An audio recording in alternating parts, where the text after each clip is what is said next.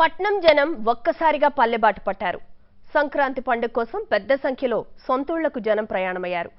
ఆంధ్ర జిల్లాలకు వెళ్లే ప్రయాణికుల రద్దీతో జాతీయ రహదారిపై భారీగా వాహనాలు నిలిచిపోయాయి.